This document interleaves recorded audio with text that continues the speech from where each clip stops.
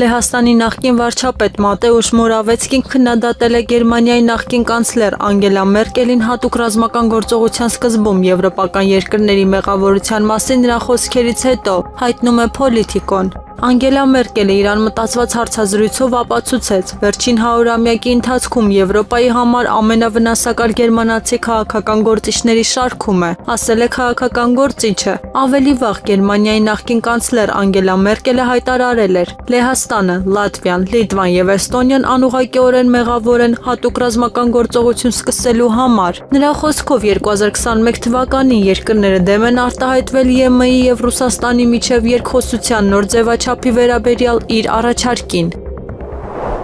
ԱՄՆ նախագահ Դոնալդ Թրամփը հրաժարվել է Վենեսուելայի հետ դիվանագիտական համաձայնության հասնելու փորձերից, ինչը կանաչ լույս է թմրավաճառների եւ նախագահ Նիկոլաս Մադուրոյի կառավարության դեմ ռազմական գործողությունների հնարավոր սրման համար։ Այս մասին հայտնում է New York Times-ը, վկայակոչելով ամերիկացի պաշտոնյաներին։ Ըստ պարբերականի նախագահի հատուկ բանագնաց Ռիչարդ Գրենելը բանակցություններ է վարել Մադուրոյի եւ Վենեսուելայի այլ բարձրաստիճան պաշտոնյաների հետ։ Սակայն հոկտեմբերի 2-ին բարձրաստիճան զինվորականների հետ հանդիպման ժամանակ Թրամփը զանգահարել է դեսպանորդին եւ պահանջել դադարեցնել բոլոր դիվանագիտական շփումները, այդ թվում Մադուրոյի հետ բանակցությունները։ Աղբյուրների տվյալներով Սպիտակ տան ղեկավարը հիասթափված է եղել Մադուրոյի իշխանությունից կամավոր հրաժարվելու մասին ԱՄՆ-ի պահանջները չկատարելու, ինչպես նաև թմրավաճառության հետ կապ չունենալու մասին վենեսուելացի պաշտոնյաների շարունակական հայտարարություններից։ Ամերիկացի պաշտոնյաները հայտարարել են, Թրամփի վարչակազմը էսկալացիայի մի քանի ռազմական ծրագրեր է մշակել։ Այս գործողությունները կարող են ներառել նաև Մադուրոյին իշխանությունից հեռացնելու ծրագրեր։ Կորեայի ժողովրդադեմոկրատական հանրապետության առաջնորդ Կիմ Չեն Ընը շնորհավորել է Ռուսաստանի նախագահ Վլադիմիր Պուտինին ծննդյան օրվա կապակցությամբ։ Իմ սիրելի ընկեր Վլադիմիր Պուտին, ձեզ եմ հղում ամենաանկեղծ եւ ջերմ շնորհավորանքները ծննդյան նշանակալի օրվա կապակցությամբ։ Փենյանն ու Մոսկվան միշտ միասին կլինեն, իսկ մեր բարեկամությունը հավերժ կլինի, հայտարարել է Կիմ Չեն Ընը։ Կորեայի ժողովրդադեմոկրատական հանրապետության առաջնորդը նշել է, որ իր իմաստուն ղեկավարության շնորհիվ ներկայումս Ռուսաստանը հռչակ է դրսևորում որպես համաշխարհային տերություն, որը գլխավորում է բազմաբևեռ աշխարհի կառուցումը։ Ավելի վաղ Իսրայելի վարչապետ Բենյամին Նեթանյահուն Ռուսաստանի նախագահի հետ հեռախոսազրույցի ընթացքում իր բարեմաղթանքներն էր հայտնել զրուցակցին նրա 73-ամյակի նախօրեին։ Ռուսաստանի Դաշնության նախագահի մամուլի քարտուղար Դմիտրի Պեսկովը հայտնել է, որ Պուտինը ծննդյան օրը խորհրդակցություն կանցկացնի Անվտանգության խորհրդի մշտական անդամների հետ։ Ուկրաինայի նախագահ Վոլոդիմիր Զելենսկին շանտաժ է ենթարկում Բուդապեշտին, որպեսզի ստիպի նրան աջակցել Ուկրաինայի անդամակցությանը Եվրամիությունում։ Այս մասին հայտարարել է Հունգարիայի վարչապետ Վիկտոր Օրբանը։ Նա ընդգծել է, որ Հունգարիան պարտավորություն չունի քվեարկելու Ուկրաինայի անդամակցության օգտին, քանի որ այդ հարցը միաձայն լուծվում է Եվրամիության բոլոր երկրների կողմից։ Հունգարիայի վարչապետի խոսքով հունգարիացիներն արդեն դեմ են արտահայտվել հանրաքվեին։ Չիկագոյի քաղաքապետ Բրենդոն Ջոնսոնը ԱՄՆ նախագահ Դոնալդ Թրամփի վարչակազմին մեղադրել է սահմանադրությունը խախտելու մեջ այն բանից հետո, երբ ԱՄՆ առաջնորդը որոշել է այնտեղ ազգային գվարդիայի 300 մարդիկ ուղարկել։ Այս մասին հաղորդում է CNN-ը։ Այս նախագահը ցանկանում է խարխլել հենց այն սահմանադրությունը, որի համար մենք պայքարել ենք, հայտնել է պաշտոնյան։ Չիկագոյի քաղաքապետը կոչ է արել երկրի քաղաքացիներին հակահարված տալ իշխանություններին, քանի որ դա նրանց ընդհանուր պարտքն է։ Չեչնիայի ղեկավար Ռամզան Կադիրովը շնորհավորել է Ռուսաստանի Դաշնության նախագահ Վլադիմիր Պուտինին ծննդյան օրվա առթիվ։ Վլադիմիր Վլադիմիրովիչի անունը վաղուց ի վեր ուժի, պատվի եւ անսասան կամքի խորհրդանիշ է։ Ռուսաստանի մարմնացում հզոր, անկախ եւ իր ապագայի հարցում վստահ։ Հենց Վլադիմիր Պուտինն էր, որ վերականգնեց երկրի վստահությունն ու արժանապատվությունը, վերականգնեց ռուսական խոսքի եւ դրոշի նկատմամբ հարգանքը եւ վերածնեց ժողովրդի հավատը արդարության եւ պետության նկատմամբ, ասել է նա։ Կադիրովն ընդգծել է, որ Չեչնիան անչափ շնորհակալ է նախագահին եւ երբեք չի մոռանա, թե ինչպես նա օգնության ձեռք մեկնեց ժողովրդին ամենադժվարին ժամանակներում։ Այսօր լրանում է Պուտինի ծննդյան 73-ամյակը։ Խաղաղությունը կախված է բացառապես Ալիևի տրամադրությունից, նա մի օր էլ կարող է վատ երազ տեսնել։ Այս մասին այսօր հրավիրված մամուլի ասուլիսին ասել է Հայաստանի երկրորդ նախագահ Ռոբերտ Քոչարյանն անդրադառնալով Վաշինգտոնում Փաշինյանի Թրամփի Ալիևի ստորագրած փաստաթղթին, որից Հայաստանի իշխանությունները մեծ սպասելիքներ ունեն։ Այդ փաստաթղթերում եւ ընդհանրապես որևէ տեղ չկան որևէ երաշխիքներ, չկան երաշխավորներ, չկան մեխանիզմներ, թե խախտելու դեպքում ինչ է կատարվում։ Ուրեմն ամբողջ այս խաղաղությունը, հռչակված խաղաղությունը կախված է մեկ մարդու խղճից։ Այդ մարդը կարող է մի օր վատ երազ տեսնել, կարող է մի օր մեկ այլ բան կատարվի, կարող է մի օր մտածի, որ վերջերս խառնաշփոթ աշխարհում կարող է այս հարցը ևս լուծել, Զանգեզուրի հարցը։ Հիմա ևս դու կարող ես հարց տալ, իսկ դուք ինչ եք առաջարկում, չէ՞, դա մեր վերջի ամիսների տոп հարցն է, հատկապես ընդդիմադիր գործիչների։ Մենք առաջարկում ենք խաղաղություն, որը կունենա վերահսկելու մեխանիզմներ։ Մենք առաջարկում ենք խաղաղություն, որը դեմ չեն խաղաղության իհարկե, ոչ մեկը դեմ չի, բայց խաղաղություն, որը կունենա երաշխավորներ, որոնք պատասխանատվություն կկրեն այդ պայմանագրերի կատարմամբ, ոչ թե վկա կլինեն։ Հայաստանի վարչապետ Նիկոլ Փաշինյանն արձագանքել է Հայաստանի երկրորդ նախագահ Ռոբերտ Քոչարյանի հարցազրույցին ու հարց ուղղել։ Դուք եռյակով են ասեք բանավեճի գալու եք, թե ոչ, նշել է Փաշինյանը նկատի ունենալով Հայաստանի Հանրապետության նախորդ 3 նախագահներին, որոնց բանավեճի առաջարկ էր արել։ Հայաստանում միակ աղբանտարկյալ կինը Լիդիա Մանթաշյանը կշարունակի մնալ կալանքի տակ։ Հոկտեմբերի 6-ին Վերաքննիչ դատարանի դատավոր Մնացական Հարությունյանը որոշում է կայացրել 18 արդարների գործով։ Դատավորը որոշել է, որ Հայաստանում միակ աղբանտարկյալ կինը Լիդիա Մանթաշյանը կշարունակի մնալ ապօրինի կալանքի տակ, հայտնել է փաստաբան Տաթև Սողոյանը։ Սրբազան պայքարշարժման ակտիվիստ Լիդիա Մանթաշյանը կալանավորվել էր հունիսի 26-ին 2 ամսով, այնուհետև կալանքի ժամկետը երկարաձգվել է։ Փարաքարի ավականին համայնքի ղեկավար է ընտրել Միասնություն դաշինքը ներկայացնող Օնիկ Աղվերդյանին, նա ստացել է 12 ձայն։ Ավականու քաղաքացիական պայմանագիրի եւ ազգային առաջընթաց խմբակցության անդամները չեն մասնակցել ավականու նիստին։ Ավականու նիստին ներկաները 1 րոպե լռությամբ հարգել են սպանված համայնքապետ Վալոդիա Գրիգորյանի հիշատակը։ 3 Փարաքարի սպանված համայնքապետ Վալոդիա Գրիգորյանի եւ Մերձավանի համայնքապետ Մհեր Ախտոյանի թիմակիցներից կրտուքի դեպքով ձերբակալվել է 5 անձ։ Այս մասին հայտնում է Արմլուրեյեմը։ Աղբյուրին հասած տեղեկությունների համաձայն միջադեպի մասնակիցները փետրվարի 5-ին Մերձավանում աղմկահարույց կրտուքի եւ հնչած կրակոցների կիզակետում հայտնվածներն են։ Ինչպես ավելի վաղ հայտնել էր լրագրող Լիա Սարգսյանը, կրտուք է տեղի ունեցել Վալոդիա Գրիգորյանի եւ ԿՊԱ-ական համայնքապետ Մհեր Ախտոյանի համախոհների միջև կռիվն այնպես է թեժացել, որ կողմերը միմյանց վրա քարեր են նետել։ Նույն գիշեր անհայտ անձինք կոտրել են Գրիգորյանի եւ Կարեն Աբրահամյանի սպանությունը օժանդակելու մեջ մեղադրվող Նարեկ Օհանյանի եղբոր Գրիգոր Օհանյանի գերեզմանը։ Ներքին գործերի նախարարությունից տեղեկությունը հաստատել են վիճաբանություն է եղել մի խումբ անձանց միջև։ Ոստիկանները կանխել են հետագա զարգացումները, կան ձերբակալվածներ, հայտնել է Նարեկ Սարգսյանը։ Միջադեպի մասնակիցների մի մասը դիմել է փախուստի, նշում է լրատվամիջոցը։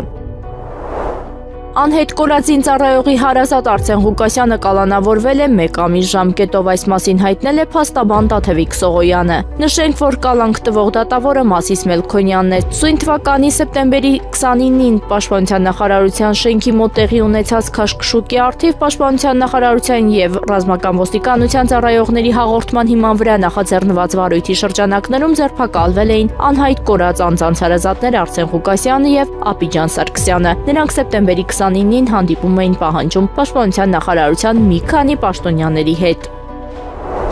Ինչպես դառնալ այլընտրանք Փաշինյանի իշխանությանը, Եվրամեդիա 24-ի տաղավարում հարցազրույցի ժամանակ անդրադառնալով հարցին քաղաքագետ Սուրեն Սուրենյանցը նշել է ընդդիմության գլխավոր խնդիրը։ Օրինակ միջև իմի ընդդիմությունը ինչի է ձախողվել կամ բավարար հաջողության չի ասել, լավ այդպես անենք։ Ասենք, որտեվ առաջի պլանում ծրագրային բաղադրիչ չի եղել։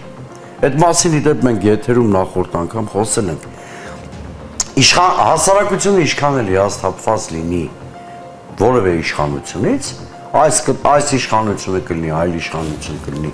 Բայց շատ կարևոր հարցի պատասխանա ուզում։ Ձեզ էլ այդ հարցը տված գտնեմ վստահաբար փողոցում կամ ձեր շրջապատում։ Ում ընտրենք։ Ում ընտրենք կամ ինչ ալինելու Նիկոլից հետո։ Շատերը ասում են դու մասես, դու հասկանում ես դրանից։ Այսինքն չունի, չէ՞, ինքը այսինքն չի տեսել են այլ ընտրանքը։ Հիմա գլխավոր խնդիրը հարգելի Արամ, այլ ընտրանքի ձևավորումն է։ Այբ որ ձևավորես այլ ընտրանքը, դրա շուրջ տեղի կունենա հասարակական մոբիլիզացիա, անլուծելի խնդիրներ չեն մնա, վստահ եղեք։ Վերջին 4 տարիների ընթացքում Վրաստանում հեղափոխության 5-րդ փորձը տեղի ունեցել հոկտեմբերի 4-ին, երբ ցուցարարները գրոհել են նախագահական պալատը։ Սրա մասին հայտարարել է Վրաստանի վարչապետ Իրակլի Կոբախիձեն, հաղորդում է ՏԱՍՍ-ը։ Այս 4 տարիների ընթացքում մեր երկրում տեսանք հեղափոխություն անելու 5-րդ փորձը, եւ այս դեպքում այն աջակցվել է դրսից, հայտարարել է Կոբախիձեն Ռուսթավի 2 հեռուստաալիքի եթերում։ Ինչպես նշել է Կոբախիձեն, այս անգամ էլ պետությունը անսասան մնաց եւ կանխեց հեղափոխությունը։ Մենք չենք սպասի 6-րդ, 7-րդ կամ 8-րդ փորձին, հայտարարել է Կոբախիձեն։ ՄԱԿ-ը ողջունում է միջուկային զինանոցների վերահսկման եւ սահմանափակման ցանկացած ջանք, այդ թվում Ռուսաստանի եւ Միացյալ Նահանգների միջև այս հարցի շուրջ հնարավոր երկխոսությունը։ Սրա մասին հայտարարել է ՄԱԿ-ի գլխավոր քարտուղարի խոսնակ Ստեֆան Դյուժարիկը, մեկնաբանելով ԱՄՆ նախագահ Դոնալդ Թրամփի արձագանքը Ռուսաստանի նախագահ Վլադիմիր Պուտինի ռազմավարական սպառազինությունների կրճատման մասին պայմանագրի սահմանաչափերը երկարաձգելու առաջարկին։ Մենք ողջունում ենք միջուկային զինանոցների վերահսկման եւ սահմանափակման ուղղված ցանկացած ջանք։ Կարծում եմ գլխավոր քարտուղարը շատ հստակ արտահայտվել է միջուկային զենքից զերծ աշխարհ տեսնելու ցանկության մասին։ Սակայն կան շատ կարևոր համաձայնագրեր եւ մենք ցանկանում ենք տեսնել դրանց պահպանումը, ասել է Դյուժարիկը։ Ավելի վաղ ԱՄՆ նախագահ Դոնալդ Թրամփը հայտարարել էր, որ լավ գաղափար է համարում Ռուսաստանի նախագահ Վլադիմիր Պուտինի առաջարկը ռազմավարական հարձակողական սպառազինությունների կրճատման մասին պայմանագրի ժամկետը երկարաձգելու վերաբերյալ։ Գերմանիայի կանցլեր Ֆրիդրիխ Մերցը եւ ԱՄՆ նախագահ Դոնալդ Թրամփը հեռախոսազրույցի ընթացքում քննարկել են ռուսական սառեցված ակտիվներն ուկրաինական բանակին աջակցելու համար օգտագործելու հնարավորությունը։ Այս մասին հայտնել է Գերմանիայի կառավարության պաշտոնական ներկայացուցիչ Շտեֆան Կորնելիուսը։ Նրա խոսքով Գերմանիայի կանցլերը Թրամփին հայտնել է ԵՄ-ում քննարկում են 210 միլիարդ եվրոյի օգտագործումը Ուկրաինայի զինված ուժերին աջակցելու համար։ Նա նշել է, Բերլինը կողմ է ռուսական ակտիվների հաշվին Ուկրաինային վարկ տրամադրելուն, սակայն դրան կտրուկ դեմ է Բելգիան։ Ամերիկացիների զգալի մասը դեռ պատրաստ չէ տեսնել կին նախագահ Սպիտակ տանը։ Այս մասին հաղորդում է Politico-ն, հղում անելով ամերիկյան համալսարանի անցկացրած հարցմանը։ Չնայած հարցվածների մեծ մասը դրական է գնահատել կանանց դերը քաղաքականության մեջ, յուրաքանչյուր 5-րդ մասնակից նշել է՝ չի քվեարկի կնոջ օգտին։ Ավելի կասկածամիտ են եղել մինչև 50 տարեկան ընտրողները, նրանց շրջանում յուրաքանչյուր 4-րդ կինը եւ 20% տղամարդիկ հայտարարել են, չեն աջակցի նույնիսկ ամենակրթված եւ փորձառու կին տեխնացուին։ Հետազոտության հեղինակ Վիվա Դևիկը նշել է, հարցումը բացահայտել է լուրջ պարադոքս։ Ամերիկացիները վստահում են կանանց սոցիալական ոլորտում եւ ցանկանում են նրանց տեսնել ղեկավար պաշտոններում, սակայն պաշտոնեապես նախագահական տեխնացու կնոջ նկատմամբ պահպանվում է կանխակալ վերաբերմունք։ Ընդ որում նախկին փոխնախագահ Կամալա Հարիսի տեխնացությունն էլ ըստ հարցման բացասաբար է ազդել ընտրողների վերաբերմունքի վրա, հատկապես անկախ ընտրողների շրջանում։ Ռուսաստանի նախագահ Վլադիմիր Պուտինը հեռախոսազրույց է ունեցել Իսրայելի վարչապետ Բենյամին Նեթանյահուի հետ, հաղորդում է Կրեմլի կայքը։ Մանրամասն քննարկվել է Մերձավոր Արևելքում ստեղծված իրավիճակի զարգացումները, այդ թվում ԱՄՆ նախագահի կողմից Գազայի հատվածում կարգավորման վերաբերյալ առաջարկված պլանի համատեքստում։ Վլադիմիր Պուտինը վերահաստատել է Ռուսաստանի դիրքորոշումը Պաղեստինյան խնդրի համապարփակ կարգավորման օգտին հիմնված միջազգային իրավունքի հայտնի սկզբունքների վրա։ Բացի այդ տեղի ունեցել կարծիքների փոխանակում տարածաշրջանային այլ հարցերի շուրջ։ Մասնավորապես հետաքրքրություն է արտահայտվել Իրանի միջուկային ծրագրի շուրջ ստեղծված իրավիճակի բանակցային լուծում գտնելու եւ Սիրիայում իրավիճակի հետագա կայունացման հարցում, ասվում է հայտարարության մեջ։ Նիդերլանդները 55 միլիոն եվրո կհատկացնի համաշխարհային բանկին Ուկրաինային օժանդակության ծրագրերի համար։ Այս մասին ՍՏԱՍ-ի հայտարարել է վարչապետի պաշտոնակատար Դիկ Շոֆը Կիևում կայացած մամուլի ասուլիսում։ Մենք համաշխարհային բանկին հատկացնում ենք 55 միլիոն եվրո վերակառուցման եւ բարեփոխումների ծախսերը հոգալու համար, ասել է նա։ Շոֆը պարզաբանել է, որ 2022 թվականից ի վեր Նիդերլանդները Ուկրաինային աջակցելու համար հատկացրել են 20.6 միլիարդ եվրո, որից 13.6 միլիարդ եվրոն ռազմական օգնության համար։ Ֆինլանդիայի իշխանությունները մտադիր են մաքսատուրքեր սահմանել Ռուսաստանից ներմուծվող բոլոր ապրանքների վրա, հաղորդում է Reuters-ը հղում անելով Ֆինլանդիայի արտաքին գործերի նախարար Էլինա Վալտոնենին։ Վալտոնենը հայտարարել է, որ Ֆինլանդիան ցանկանում է մաքսատուրքեր սահմանել ռուսական բոլոր ներմուծումների վրա, նշվում է հոդվածում։ Հոկտեմբերի 3-ին հայտարարվեց, որ Հելսինկին կարող է հետաձգել ռուսական արտադրության վագոնների շահագործումից հանումը մինչև 2028 թվականը։ Պարզաբանվեց, որ ֆիննական ընկերությունների կողմից ներքին փոխադրումների համար շարունակվող վագոնները չեն համապատասխանում ԵՄ-ԳՈՍՏ չափանիշների, սակայն ռուսական սարքավորումները լիովին փոխարինելու համար անհրաժեշտ կլինի առնվազն 800 նոր վագոն։ Լիտվայում տեղի են ունենում ՆԱՏՕ-ի զորավարժություններ, որոնց մասնակցում են 8 երկրների 3000 զինծառայողներ։ Տարեկան երկփուլ Գելեժինիս Վիլկասի զորավարժությունները Լիտվայի համար անցկացվող ամենամեծ միջազգային մարտավարական դաշնային զորավարժություններից մեկն են, ասվում է հայտարարության մեջ։ Մինչև հոկտեմբերի 18-ը կտևեն զորավարժությունները, որոնց մասնակցում են մոտ 3000 զինծառայողներից բաղկացած ստորաբաժանումներ Լիտվայից, զորավարժությունները ընդունող երկրից, ինչպես նաև Բելգիայից, Գերմանիայից, Լյուքսեմբուրգից, Նիդերլանդներից, Նորվեգիայից, Չեխիայից եւ Խորվաթիայից։ Մասնակցում են մոտ 650 միավոր տեխնիկա, այդ թվում տանկեր, հետևակի մարտական մեքենաներ, ինքնագրած հրետանային ստորաբաժանումներ եւ զրահափոխադրիչներ։ Նորվեգիայի զինված ուժերի F-35 կործանիչները ժամանել են Լեհաստան եւ պարեկելու են Լեհաստանի օդային տարածքում, հայտարարել է Նորվեգիայի բանակի գլխավոր շտաբը։ Նորվեգական F-35 կործանիչները վայրեջք են կատարել Պոզնանի 31-րդ մարտավարական ավիացիոն բազայում եւ լեհական ու հոլանդական անձնակազմերի հետ միասին նրանք սկսել են պարեկել Լեհաստանի երկինքը, ասվում է գլխավոր շտաբի հայտարարության մեջ։ Հանրապետության պաշտպանության նախարարության տվյալներով Նորվեգիան Լեհաստանն է ուղարկել 2 կործանիչ, իսկ ամսվա վերջին սպասվում է եւս մի քանի ինքնաթիռի ստացում։ Հունվարի սկզբին Նորվեգիայի կողմից նվիրաբերված 4 F-35 կործանիչներ մարտական հերթապահություն սկսեցին Լեհաստանի Ժեշով օդանավակայանում, Ուկրաինայի հետ սահմանին։ Այդ օդանավակայանի լոգիստիկ կենտրոնը սպասարկում է Կիև ուղարկվող ռազմական եւ մարդասիրական մատակարարումների մոտ 90%-ը։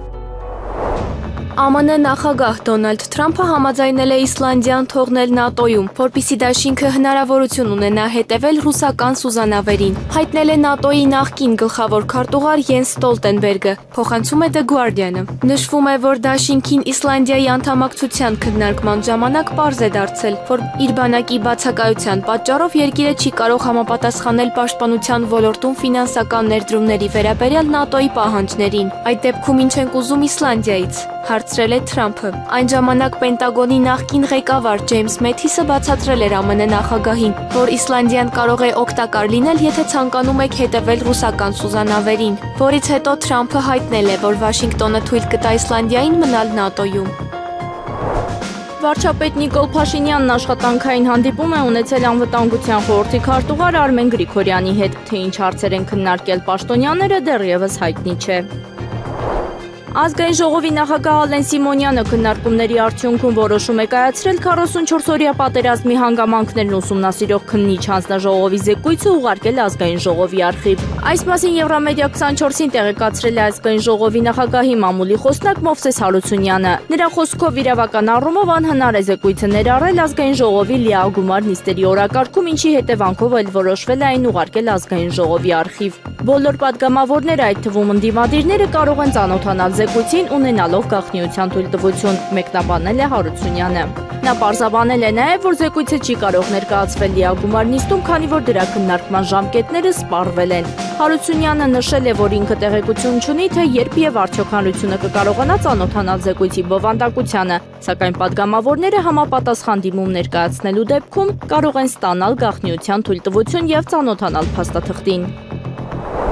Հանրապետական կուսակցությունից ԱՄՆ նախագահի հաջորդ թեկնածուն կարող է դառնալ ներկայիս փոխնախագահ J.D. Vance-ը։ Պետության ղեկավարի պաշտոնում Դոնալդ Թրամփի հնարավոր իրավահաջորդին անվանել է ԱՄՆ պետքարտուղար Մարկո Ռուբիոն Fox News-ին տված հարցազրույցում։ Ես կարծում եմ հանրապետականի հաջորդ թեկնածուն կլինի Vance-ը։ Եթե նա որոշի առաջադրվել, նա իմ լավ ընկերն է եւ հիանալի աշխատանք է կատարում, հայտնել են պետքարտուղարը։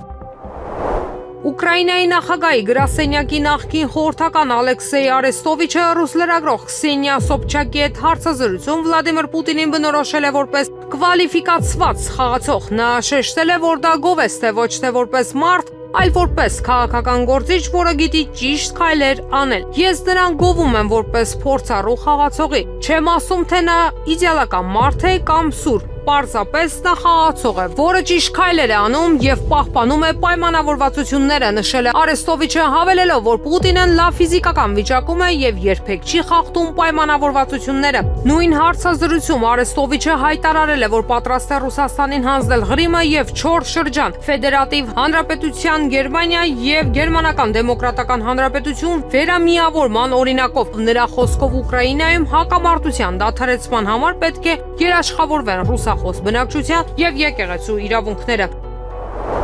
Մոսկվայի ֆուտբոլային ակումբ Սպարտակը իր տելեգրամյան էջում հայտնել է, որ Օլեգ Մալիշեևը հրաժարական է տվել գլխավոր տնօրենի պաշտոնից։ Ակումբը պարզաբանել է, որ փոփոխությունը կապված է Մալիշեևի ընտանիքի հանգամանքների հետ։ Մալիշեևը կշարունակի մնալ Սպարտակի տնօրենների խորհրդում եւ կծառայի որպես նոր գլխավոր տնօրենի խորհրդական։ Նրա տեղը ստանձնել է Սերգեյ Նեկրասովը, որը 1990-ականներից ղեկավար պաշտոններ է զբաղեցրել ռուսական եւ միջազգային բանկերում ու խոշոր ընկերություններում։ Մալիշեևը Սպարտակի գլխավոր տնօրենի պաշտոնը զբաղեցնում էր 2023 թվականից։ Նրա հրաժարականի մասին պաշտոնապես հայտարարվել է հոկտեմբերի 5-ին։ Վրաստանի իշխանությունների քաղաքականությունը վտանգում է երկրի Եվրամիությանը միանալու գործընթացը, հայտարարել է Եվրանձնաժողովի մամուլի խոսնակ Անիտա Հիպերը, հաղորդում է ՏԱՍ-ը։ Մենք տեսնում ենք, որ Վրաստանի իշխանությունները վտանգում են այս գործընթացը, ասել է նա։ Ապրիլին Վրաստանն ընդունեց օտարերկրյա գործակալների մասին օրենք, դրանից հետո երկրում զանգվածային բողոքի ցույցեր տեղի ունեցան, որոնցում ընդդիմությունը օրենքը անվանեց ռուսամետ։ Եվրամիությունը քննադատեց Թբիլիսիին, կասեցնելով երկրի անդամակցությունը։ Հուլիսին Եվրախորհրդարանը հայտարարեց, որ երկիրը չի կարողանա դառնալ Եվրամիության լիիրավ անդամ, քանի դեռ Վրաստանի կառավարությունը չի փոխել իր ավտորիտար կուրսը։ Թուրքիայի նախագահ Ռեջեփ Թայիպ Էրդողանի միջնորդությունը Գազայի հակամարտության կարգավորման հարցում կարող է ազդել նրա ամերիկացի գործընկեր Դոնալդ Թրամփի կողմից Նոբելյան մրցանակի արժանանալու վրա, կարծում է թուրքական կառավարամետ Հյուրիետ թերթը։ Իսրայելի վարչապետ Բենյամին Նեթանյահուն քայլեր ձեռնարկելով Համասին մեկուսացնելու ուղղությամբ ինքն է հայտնվել սահմանափակ մեկուսացման իրավիճակում։ Քաղաքական դինամիկայի տեսանկյունից նա նախաձեռնել է գործողություն, բայց հայտնվել է խոցելի իրավիճակում։ Այս համատեքստում կարևոր է նշել Էրդողանի միջազգային առաջնորդությունը։ Թրամփը խոստովանել է Էրդողանը զգալի օգնություն է ցուցաբերել, նա կոշտ առաջնորդ է, բայց այս հարցում կառուցողական դիրքորոշում է ցուցաբերել։ Եթե Թրամփը դառնա Նոբելյան մրցանակի դափնեկիր, դրանում դիտորդների կարծիքով էական դեր կխաղա Էրդողանը, ինչպես Ռուսաստանի եւ Ուկրաինայի հետ կապված իրավիճակը ընդգծել են աղբյուրը, նրա գնահատման պահպանվում են Գազայում հրադադարի հասնելու զգալի հույսերը։ Հայաստանի Հանրապետության գլխավոր դատախազ Աննա Վարդապետյանը հոկտեմբերի 1-ին ստորագրել է հրաման, որով հաստատվել է Հայաստանի Հանրապետության դատախազության ներքին աուդիտի կոմիտեի նոր կազմը, այս մասին հայտնել են դատախազությունից։ Համաձայն հրամանի կոմիտեի կազմում ընդգրկվել են 7 անդամ, այդ թվում Աննա Վարդապետյանը, Եղիազար Ավագյանը, Մհեր Ապրիկյանը, Լալա Բեզոյանը, Վահե Հովանիսյանը, Ռուբեն Առաքելյանը, Դավիթ Հարությունյանը։ Ուշագրավ է, որ կոմիտեի կազմում ներգրավել է նաև մասնավոր ընկերության ղեկավար Գլոբաուդիտ ՍՊ-ի տնօրեն Դավիթ Հարությունյանը, ով ստանձնել է կոմիտեի քարտուղարի պարտականությունները։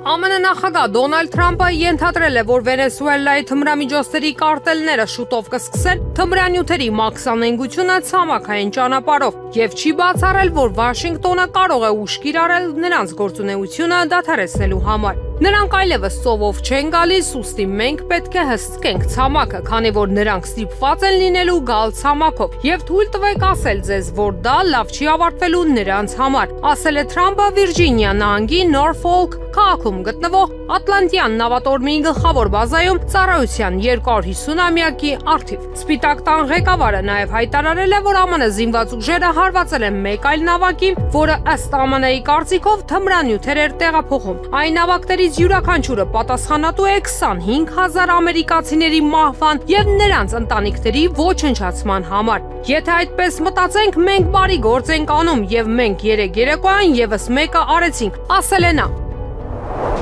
Վերջին 24 ժամվա ընթացքում իսրայելական ուժերի կողմից իրականացված մարտերի եւ հրետակոծությունների հետևանքով զոհվել է առնվազն 65 պաղեստինցի, եւս 153 մարդ վիրավորվել է։ Այս մասին հայտարարել է Անկլավի առողջապահության նախարարությունը։ Նախարարության տվյալներով հակամարտության հետևանքով Գազայի բնակիչների ընդհանուր թիվը հասել է 67139-ի, իսկ վիրավորների թիվը մոտ 170,000-ի։ Առողջապահության նախարարությունը նաեւ ընդգծել է, որ վերջին 24 ժամվա ընթացքում գրանցվել է սովից մահվան եւս մեկ դեպք։ Սովից եւ թերսնման բարդություններից մահացածների թիվը հասել է 460-ի։ Քաթարի Ալ Ջազիրա հեռուստալիքը նշում է, որ Իսրայելի պաշտպանության բանակը շարունակում է Պաղեստինյան անկլավի ինտենսիվ հրետակոծությունը, չնայած հրադադարին, բանակցություններին եւ ռմբակոծությունները դադարեցնելու բազմաթիվ կոչերին։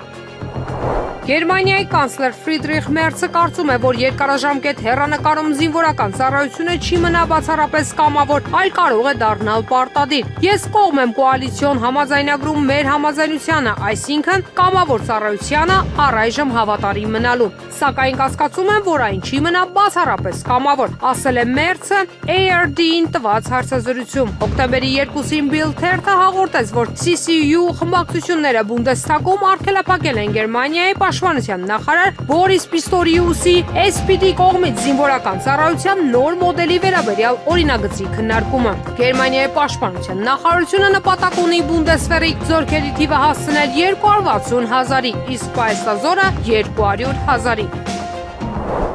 Փարաքարի համայնքապետ Վալոդիա Գրիգորյանի եւ ոստիկանության ծառայող Կարեն Աբրահամյանի սպանությունները խոստովանած Գևորգ Հարությունյանին իրավապահները տարել էին Մերձավանի գերեզմանատուն գաղտնի քննչական գործողություններ իրականացնելու։ Այս մասին հայտնել է լրագրող Լիա Սարգսյանը։ Գևորգ Հարությունյանը ցույց է տվել գերեզմանի տարածքը եւ նշել, որ այդ ֆայլում է կրակել սովորել։ Քննչական կոմիտեից եւս հաստատել են տեղեկությունը Մերձավանում տեղի ունեցած սպանության դեպքի վերաբերյալ նախաձեռնված քրեական վարույթի նախաքննության ընթացքում կատարվել են քննչական գործողություններ։ Կատարվել է մեղադրյալի կողմից մատնանշված տեղանքի զննություն, որտեղ վերջինս համաձայն իր ցուցմունքի սովորել է կրակել, ասել է կառույցի խոսնակ Կիմա Ավդալյանը։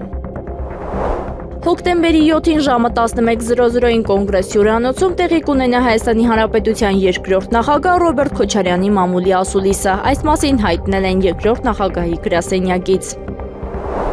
Ռոբերտ Քոչարյանի որդին Սեդրակ Քոչարյանը դատական հայց է ներկայացրել Հայաստանի Հանրապետության դեմ, իդեմս Հայաստանի Հանրապետության դատախազության։ Այս մասին տեղեկանում ենք Դատալեքս դատական տեղեկատվական համակարգից։ Քոչարյանը հայցադիմումով պահանջում է ճանաչել անմեղության կանխավարկածի խախտումը եւ փոխանցել ոչ նյութական վնասը։ Գործը մակագրվել է Երևանի քաղաքացիական դատարանի դատավոր Երեմ Եսոյանին։ Սիսակ Հայրապետյանը նշանակվել է Հայաստանի Հանրապետության քննչական կոմիտեի Երևան քաղաքի քննչական վարչության Երևան քաղաքի Ավան եւ Նոր-Նորք վարչական շրջանների քննչական բաժնի պետ։ Մինչ այդ 2024-ից 2025 թվականներին եղել է Հայաստանի քննչական կոմիտեի պետության, սահմանադրական կարգի հիմունքների եւ հասարակական անվտանգության դեմ ուղղված հանցագործությունների քննության գլխավոր վարչության 3-րդ վարչության ավագ քննիչ։ Ծնվել է 1988 թվականի փետրվարի 11-ին Արարատի մարզի Վեդիավանում։ Ուկրաինայի զինված ուժերը սկսել են օգտագործել տեղական արտադրության ֆլամինգո հեռահար հրթիռներ Ռուսաստանի խորքին հարվածելու համար։ Այս մասին հաղորդում է Economist պարբերականը։ Հաղորդվել է նաև FP5 ֆլամինգո թևավոր հրթիռների օգտագործման մասին։ Դրանք զգալիորեն ավելի արագ են, քան անօդաչու թռչող սարքերը։ Թռչում են գետնից ընդամենը 50 մետր բարձրության վրա, ունեն ավելի քան 3000 կիլոմետր հեռահարություն եւ չափազանց հզոր են, նշվում է զեկույցում։ Հրապարակման համաձայն արտադրությունն այժմ օրական 2-3 հրթիռ է, բայց ամսվա վերջին այս թիվը կաճի մինչև 7-ի։